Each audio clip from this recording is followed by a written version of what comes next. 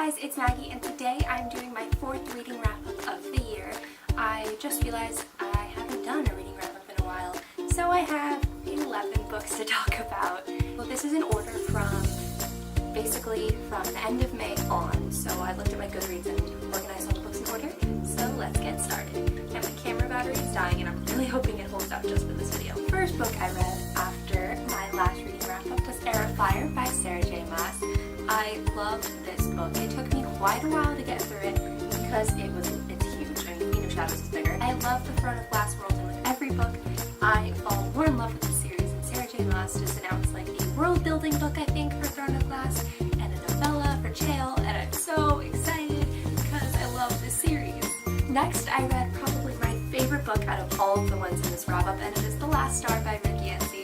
The Fifth Wave is my favorite trilogy of all time, and Ben Parrish is pretty much my favorite character of all time. This book was amazing, and it ripped my heart out, and I was, oh my gosh, I love this series so much. And I do hope they continue with the Fifth Wave movies. I'm not sure if they are. I just recently watched the Fifth Wave movie, and it was good. I was kind of nervous going into it. It wasn't, perfect. No book to movie adaptation is. But I think they did a pretty good job, so I really hope they continue. Next, I've read The Rose and the Dagger by Renee Ahdieh, which is the sequel to The Wrath and the Dawn. I was highly anticipating this book's release, and I was very excited to read it.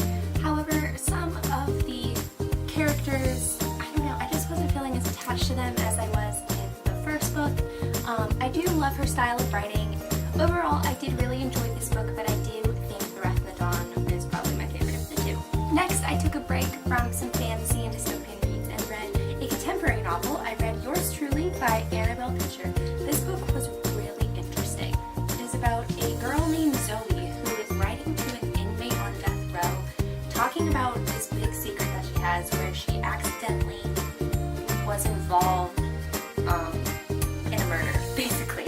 So I'm not going to explain too much, but basically she feels that she can only relate to him, and so no one knows the truth, and so she's writing to him. She doesn't know if he's ever going to get the letters, and the whole story is told through the letters, and it's really interesting, and I highly recommend it. Next, I finally read An Ember in the Ashes by Sabaa Zahir. I love this book. So good. I did really enjoy this book. It was really fun and really exciting, and I really want the next one. Next, I read A Queen of Shadows by Sarah J. Maas, and this book is huge. Like, I think it's 600 something pages, and I took a break to read some other books after Heir of Fire, but jumping right back into this book and into this world is amazing, and I'm so excited for the next one because this book, I was literally like, what? Like, I didn't think we could have any more plot twists, but here we are. Next, I read The Trials of Apollo by Rick Riordan. This book was amazing. I had really low expectations going into this book, kind of because of Blood of Olympus, but this book like put me back like in my Percy Jackson like phase and love, and like it fixed everything. Well, not everything, but it fixed most of my problems with Blood of Olympus, so I'm very happy with this book. Next, I read Court of Thorn and Roses and A Court of Mist and Fury by Sarah J. Maas, and she just announced that there's going to be like 6 more books or 5 more books or something for this series, and I have no idea how that's possible because so much has already happened in the first 2 books, but I'm so excited to see where the series goes, and I really took me a while to get through A Court of Thorn and Roses just because there was a lot of world building, which I really appreciated, but A Court of Mist and Fury is where the plot really like picks up, and it's really good. And then I took a break and did a reread of Harry Potter and the Sorcerer's Stone and Harry Potter and the Chamber of Secrets with my new paperback edition covers.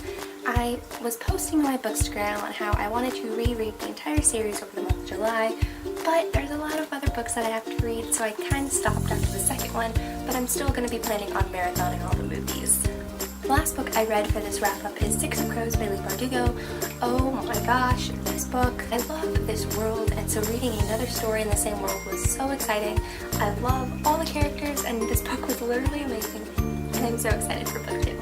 That's it for this wrap-up, so thanks so much for watching, guys, and I hope you enjoyed, and I will see you guys in my next video. Bye!